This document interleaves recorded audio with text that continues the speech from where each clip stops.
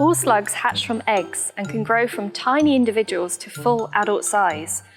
For some species, this can only take a few weeks, whereas for others it can take up to a year or more for them to reach adult size. Some species become adult at a tiny size, while others can reach up to 20 centimeters long.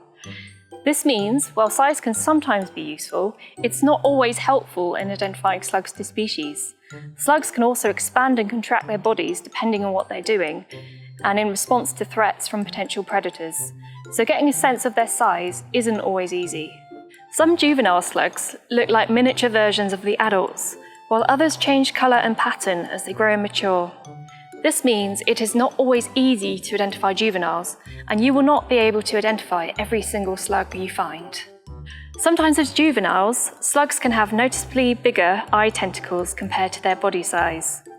Knowing whether the slug you have found is a juvenile takes experience, as there is no easy way to tell apart juveniles of large species from adults of smaller species of slug.